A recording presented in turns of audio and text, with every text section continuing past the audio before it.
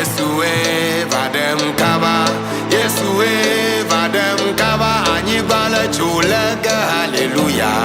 Yesue vadem kaba, apato Yesue vadem kaba, Yesue vadem kaba, anibala chulega, hallelujah. Yesue vadem kaba, Yesue vadem kaba, Yesue vadem kaba, anibala chulega, hallelujah. Yesue vadem kaba, apato Yesue vadem kaba, Yesue vadem kaba, anibala chulega. Prêt, Sylvain. Bonjour. J'espère que vous allez très bien. Oui, et vous? Ah oui, je me porte également très bien. Alors, ici, il y a Armel Monkou, qui est le responsable Brazzaville de l'ONG internationale Maison des jeunes entrepreneurs. Alors, je vais d'abord commencer à vous remercier par rapport à l'audience accordée et cette séance de travail. Alors, étant donné que votre vision consiste également à…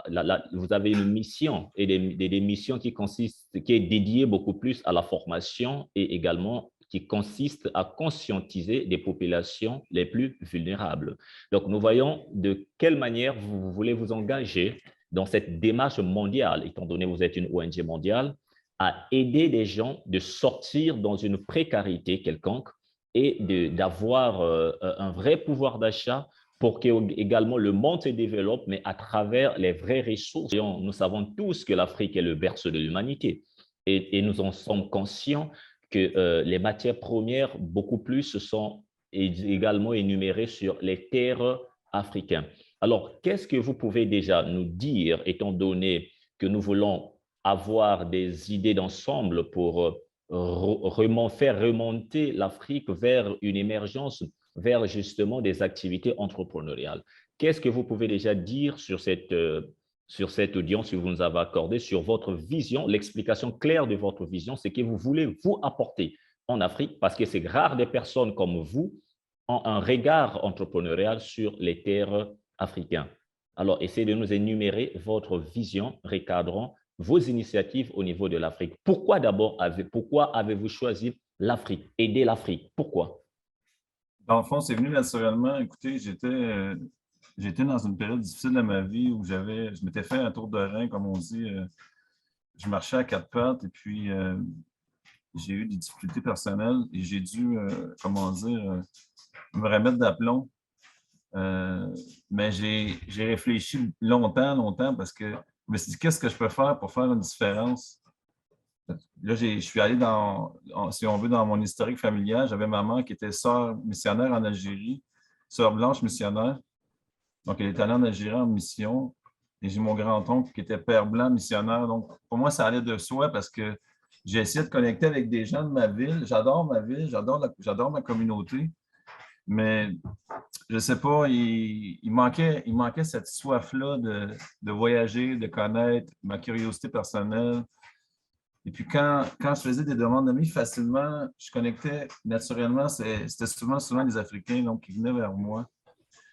Même, on m'avait fait la remarque que tu es un Africain dans un corps de blanc. Moi, je trouvais ça bien comique, là.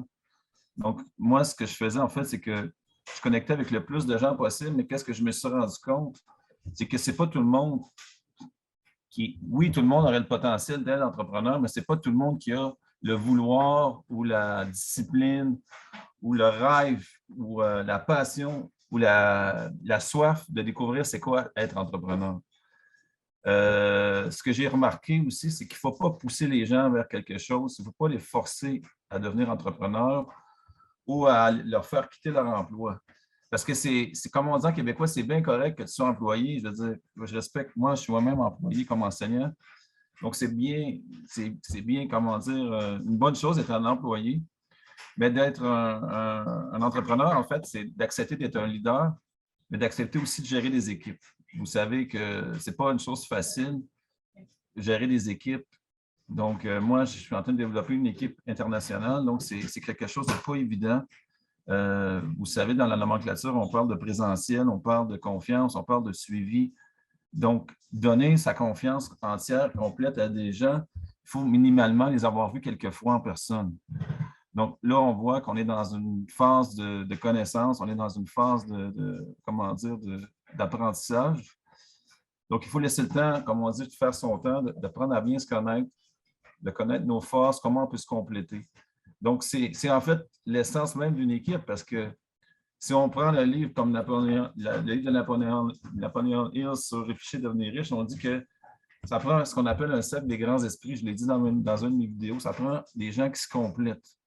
Donc, moi, je n'ai pas tous les talents de comptabilité, de finance, etc. Oui, je peux en apprendre une partie, mais ce n'est pas ma passion première. Donc, c'est vraiment de s'entourer, oui, de bons entrepreneurs, mais qui nous complètent. Puis qu'est-ce qui est encore plus difficile dans ça, c'est de trouver des entrepreneurs qui nous complètent, mais qui ont aussi cette soif-là de faire de l'humanitaire. Vous savez que, moi, j'imagine que pour vous, à Brazzaville, c'est un gros défi.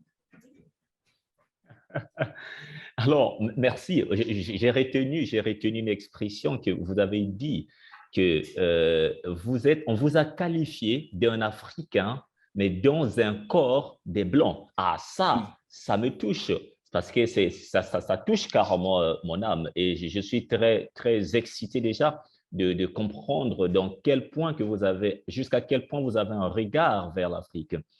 Alors, Monsieur Sylvain, Monsieur Beaupré, essayez de nous en dire réellement dans la concrétisation des actions que vous voulez mener carrément en Afrique. Et aujourd'hui, je parle de l'Afrique au nom de Congo-Brazzaville. Nous observons, premièrement, parce qu'ici, on va aller dans des éléments un peu plus concrets, nous observons dans des statistiques au niveau des aéroports africains que beaucoup plus des Africains cherchent à quitter leur terre pour aller demeurer à l'Occident. Mais c'est tout à fait le contraire des Occidents.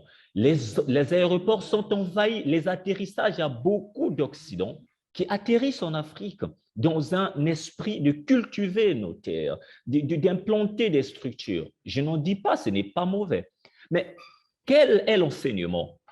Quel est l'enseignement? Là, je pars dans un volet de l'entrepreneuriat, dans un volet de formation, disons. Quel est l'enseignement que vous, les Blancs, vous nous avez inculqué depuis le bas âge, depuis la colonisation, mais qui n'arrive pas à sortir dans notre système neuropsychologique où on rêve l'Occident, mais étant donné que nous avons également des richesses exploitées. Les Occidents viennent envahir nos terres pour justement cultiver nos ressources et également nous inciter à sortir maintenant de nos terres pour aller vivre et demeurer dans les salariales. Qu'est-ce que vous en dites à propos de ce fléau-là qui existe aujourd'hui autour de l'Afrique et l'Occident? Moi, je pourrais appeler ça un paradoxe. C'est un paradoxe. Je crois que ça part aussi, oui, vous l'avez dit, de la colonisation, mais ça part aussi sur le fait que ce qu'on dit souvent ici au Québec, c'est qu'on doit être maître chez nous. Donc, vous devez être maître chez vous. Vous devez l'affirmer, mais pas en brûlant des drapeaux, etc., français ou quoi que ce soit. Je crois qu'on peut être maître chez nous en disant « ça suffit ». Maintenant, écoutez, les Blancs, si vous venez, on signe des contrats, on signe des conditions. Si vous venez, écoutez, il y a des conditions. Vous ne pouvez pas venir comme ça, vous voler nos terres, voler nos richesses, venir avec vos lobbyistes, vos multinationales et vous installer facilement. Donc, il faut qu'il y ait un rapport de partenariat d'équité. C'est ce qui manque au niveau de l'équité. Mais je pense que le paradoxe, il est là. Oui, on parle du Congo, même au niveau de la RDC, pour ce qui est de l'histoire de M. Lumumba et de l'histoire avec les Belges et l'envoi de la dent dans un cercueil. On pourrait en parler longtemps. Mais ce que je veux dire, c'est que ça, oui, ça prend un profond pardon, mais ça prend aussi des contrats d'équité, des contrats que les gens voient noir sur blanc, qu'écoutez, on est chez vous. On ne peut pas se permettre d'abuser. On ne peut pas se permettre d'aller à l'encontre des limites personnelles d'un continent. Ça ne se fait pas. Moi j'ai fait un peu de recherche. Écoutez, je suis environ 9-10e génération au niveau de français, je veux dire. Puis parfois, j'ai honte. Je me dis, c'est quoi ces conneries-là d'entendre que on s'est cru supérieur, c'est de l'imbécilité. Même, moi, je trouve que c'est même une forme de, comment dire, de maladie mentale de dire que le racisme puisse exister parce que c'est carrément une excuse, une aberration. Donc, c'est vraiment, si je reviens à votre question, c'est vraiment de signer des contrats, il faut que les choses soient claires. On ne peut pas permettre d'arriver dans votre continent, dans n'importe quel pays, puis commencer à abuser, là, comme il y a eu plusieurs années. On parle de 1912, que ça a commencé, cette histoire de fou-là. Donc, il faut que ça arrête. OK, OK. Merci bien. Nous voyons déjà votre esprit ouvert en ce qui concerne des vrais fléaux nationaux. Aujourd'hui, notre ambition, c'est de gagner l'Afrique vers l'entrepreneuriat. Mais nous savons qu'il n'y a pas... L'entrepreneuriat demande une maturité. L'entrepreneuriat demande un esprit grandement ouvert. Ça demande de l'imprégnation à la recherche, de l'investigation sur les connaissances, du changement mental. Ça demande de l'investissement également. Alors, tous, nous savons déjà que le changement commence de l'intérieur. Donc, nous parlons de la mentalité, de l'intérieur vers l'extérieur pour qu'on parle du changement. Et que les personnes, pour entreprendre, ils ont besoin de la maturité, ils ont besoin de l'expérience. Mais il faut insérer alors des jeunes professionnellement pour qu'ils puissent apprendre des aînés qui ont déjà eu à entreprendre et qui puissent avoir des capacités à entreprendre. Mais étant donné que vous êtes un Canadien et que vous avez une ONG, vous apportez de l'aide, moi je pense que quand on parle de l'aide, il ne suffit pas de donner à manger. À manger ne suffit pas. Parce qu'on peut donner un bout de pain, mais demain, la personne va toujours être en manque. Vous pouvez le payer aujourd'hui la facture, peu importe de sa santé, peu importe de son carburant ou alors de son loyer, mais le mois prochain ou l'année prochaine, il y aura encore de loyer. Mais je pense qu'on doit remettre plutôt la maison. S'il y a une chose que nous devons faire, c'est de remettre la maison. Parce que dans la maison, il faut de maintenant accompagner la personne comment pêcher. C'est-à-dire que c'est réellement l'eau est là. Il faut savoir qu'ici, l'eau est si claire, ici, il y a des vagues, ici, l'eau est calme, il y a des poissons, l'eau est sombre, etc., etc. Donc, des phases que vous pouvez mettre à disposition pour réussir à insérer les jeunes africains dans l'insertion, en fait, je parle d'insertion professionnelle et peut-être même obtenir des possibilités de faire des navettes pour aller insérer professionnellement, qui puissent apprendre au niveau soit même du Canada et revenir au pays pour explorer carrément la connaissance qu'ils ont eu à apprendre. Est-ce que dans les enjeux, vous avez cette politique de faisabilité? Oui, même que nous, on pense que ce qui est vraiment prioritaire, c'est d'avoir une équipe multidisciplinaire. Donc, on parle de bénévoles, mais on parle aussi de salariés parce que, vous savez, on ne peut pas vivre sans salaire. Donc, l'idée, nous, en fait, c'est de partir sur un énorme projet, sur un grand projet. Donc, on parle de signature de contrat avec un pays, dans le fond, que ça s'en vient, je vous en ai parlé. Et grâce à ces gains-là, si on veut, à ce qu'on va recevoir, on va pouvoir se permettre de créer des ententes en Afrique, mais aussi d'amener une expertise au niveau d'une équipe, mais aussi d'avoir des équipes qui se complètent, qui se chevauchent. Parce que nous, oui, on a un système éducatif. Votre système éducatif est différent, notre façon de voir est différente. Donc, je pense que si on peut créer ce qu'on appelle deux formes d'équipe multidisciplinaires, en fait, la nôtre et la vôtre, ça pourrait être d'autres personnes qui se greffent aussi là, dans d'autres ONG, peu importe, ou dans des universités, des collèges ou dans des écoles professionnelles. Mais ce serait vraiment d'avoir des équipes multidisciplinaires qui vont en fait aider ces jeunes-là, première des choses, à retrouver leur confiance s'ils l'ont perdue, à retrouver leur estime. Donc, on parle aussi également d'aller plus loin, de faire ce qu'on appelle des stages découvertes. Ce qu'on appelle ici stages découvertes, c'est des stages de divers métiers, surtout des métiers de première ligne, dans le domaine de la construction, dans le domaine de la mécanique, ou peu importe, mais des métiers qui vont nous permettre de construire. Parce qu'on parle de construire, souvent ce que les gens me demandent, est-ce que vous voulez venir construire un hôpital? Est-ce que vous voulez construire une école? Est-ce que vous voulez venir nous aider? Parce que tout commence avec la construction, mais on parle aussi qu'est-ce qui est vraiment, vraiment connexe, qu'est-ce qui vient en avant pour nous, c'est l'agriculture, nourrir les populations. Donc, on veut vraiment commencer dans ça. On parle de famine, etc. Souvent, c'est ce qu'on entend aussi en Occident, de famine. de manque d'emploi, de chômage vraiment qui, qui dure, qui dure et qui dure.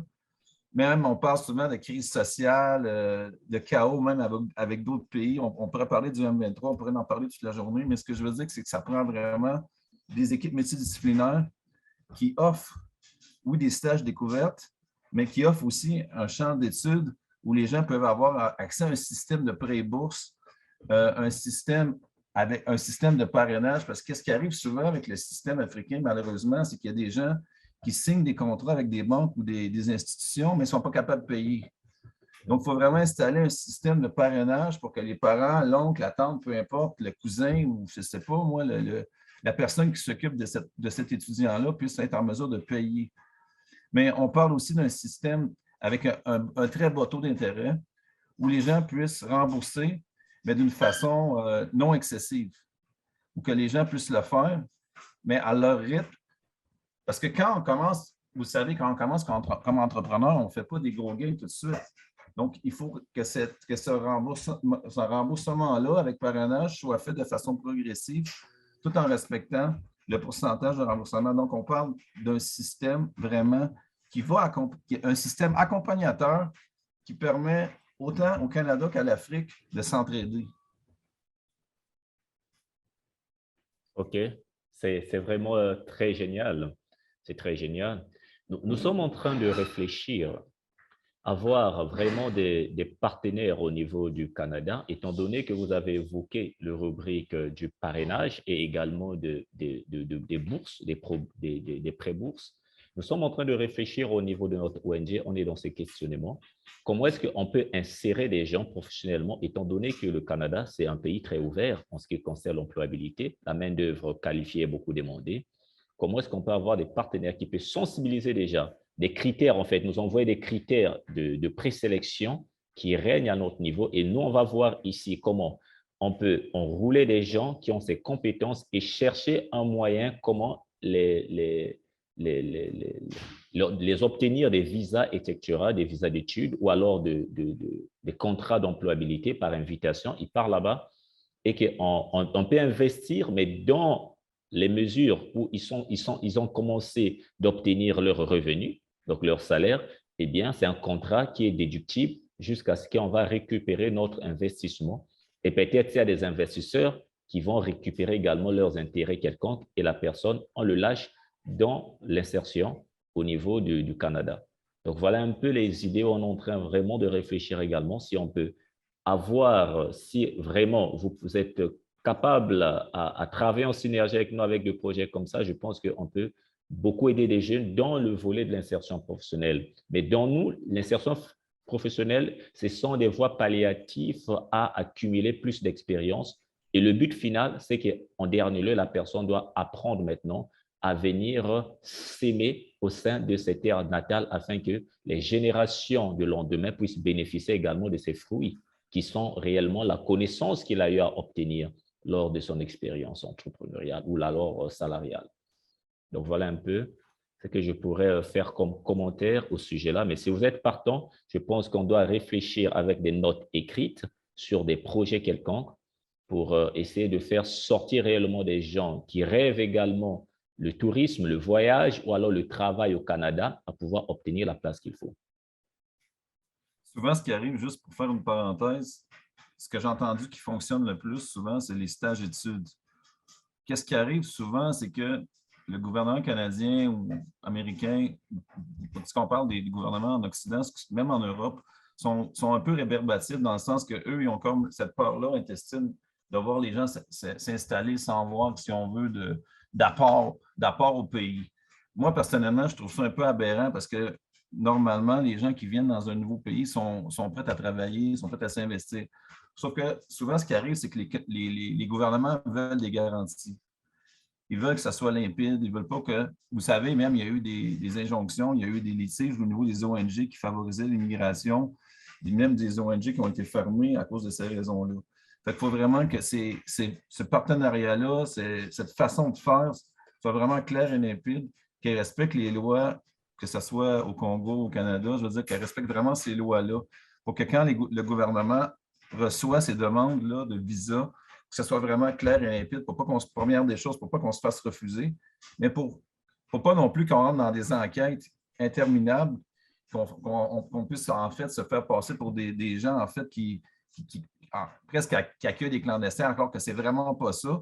Sauf qu'il y a cette, comment dire, il y a cette peur intestine-là, souvent, des gouvernements en Occident, que je n'encourage pas, mais qui est quand même présente, qu'il va falloir vraiment tenir compte. D'accord.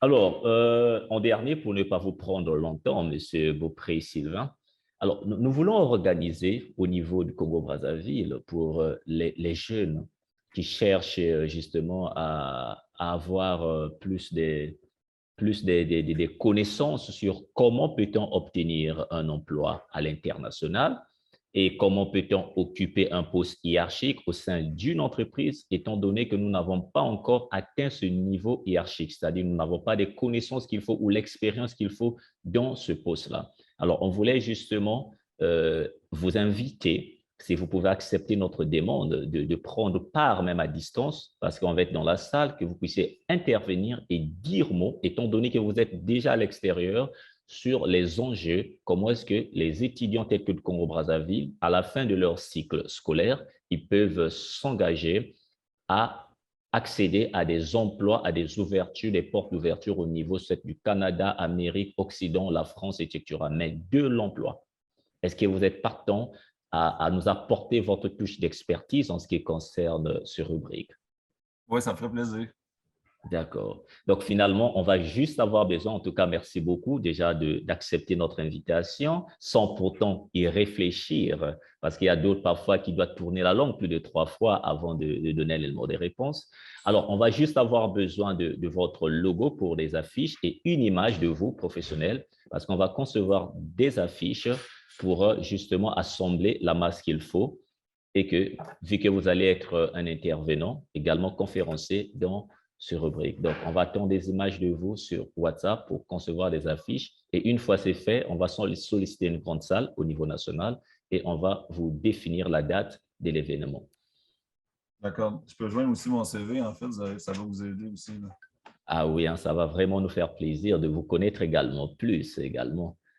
Merci bien, Monsieur le Président. Alors, en dernier, je vous laisse la parole de dire un mot en dernier. Moi, je suis très satisfait par rapport à l'entretien que vous nous avez accordé. Ce sont des moyens de se connaître de plus belle et de nouer des synergies comme ça. Nous allons travailler vraiment ensemble parce que le but est commun, c'est que nous voulons faire sortir l'Afrique de la précarité et vous êtes dans l'aide humanitaire et également dans des formations et l'insertion professionnelle. Ça fait partie également de nos objectifs. En tout cas, on va vous laisser dire un dernier mot par rapport à notre équipe jeune de la Maison des jeunes entrepreneurs, également de la population des jeunes étudiants de Brazzaville, de l'Afrique également, la RDC, de la Côte d'Ivoire, etc. Qu'est-ce que vous nous en dites sur le volet entrepreneurial ou alors sur l'aide que vous voulez apporter au niveau de l'Afrique? Moi, dans le fond, ce que je voudrais dire, c'est vraiment garder confiance, mais il faut que vous sachiez que, oui, il y a eu la colonisation, mais ce qu'il faut faire en plus, c'est qu'il faut changer les mentalités. Il faut permettre aux Occidentaux, je ne parle pas de moi, là, moi j'ai un esprit très ouvert, je suis très gentil, très généreux, j'ai quand même mes limites personnelles, mais il faut arrêter d'essayer de convaincre les gens. Il faut se présenter de façon authentique, puis il faut dire les vraies choses. Parce que vous savez, les valeurs de base de respect, d'honnêteté, de transparence, je pourrais faire une grosse liste, là, ça demeure vraiment ce qui scelle n'importe quelle entente. Donc, les étudiants qui nous écoutent, restez qui vous êtes. Arrêtez d'essayer d'être quelqu'un d'autre, de faire des selfies, de vous penser supérieur ou de vous penser des vedettes.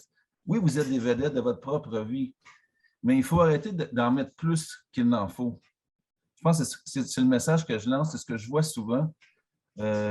Puis toutes les crises d'immigration, je pense qu'il faut arrêter d'essayer de quitter les pays, de passer par, que ce soit la route pour l'Algérie, ça va en Italie ou en Espagne. Il faut arrêter ça. Là.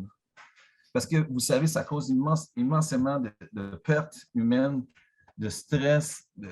Vous savez, donc, même au niveau des djihadistes, on pourrait en faire une énorme parenthèse. Je ne vais pas rentrer dans ça. Mais ce que je veux dire, c'est qu'il faut vraiment rester vous-même, garder confiance. Gardez cette foi-là parce que si vous perdez cet espoir-là et que vous vous lancez dans une crise d'insécurité, ça ne va rien régler.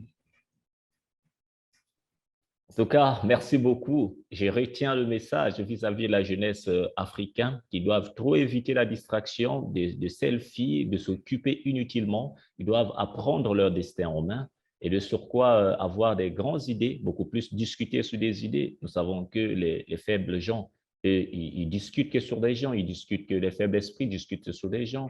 Les esprits moyens, ils discutent sur des événements, mais nous devrons être recadrants. Dans les grands esprits, on doit discuter sur des idées et non s'occuper. L'estime en soi, on doit vraiment regarder notre lendemain. Merci, M. Beaupré, M. Sylvain, de votre contribution. En tout cas, le plaisir a été pour nous. Tout ce qu'on va attendre, c'est les images justement de votre, le logo de votre structure et les images de vous. On va faire des affiches et je pense qu'on va animer une grande activité dont vous allez intervenir en ligne. Et c'est un grand plaisir. Je pense que nos responsables également au niveau de l'ONG vont être très contents de votre participation et de surcroît de l'entretien que vous nous avez accordé, étant donné que vous êtes le président fondateur d'une grande organisation d'aide internationale et avec vos projets agricoles, entrepreneuriat, de formation, ça nous va. On pense que les jeunes Africains ont besoin de votre expérience dans ce domaine d'activité. Donc, merci beaucoup. Ça a été vraiment très agréable. Je suis tellement content de voir que j'ai un homologue africain en Afrique qui peut comprendre mon langage, mais qui peut aussi rentrer dans le vif du sujet. Je garde même cette soif de vous reparler. Merci. Merci, le plaisir est partagé. Alléluia.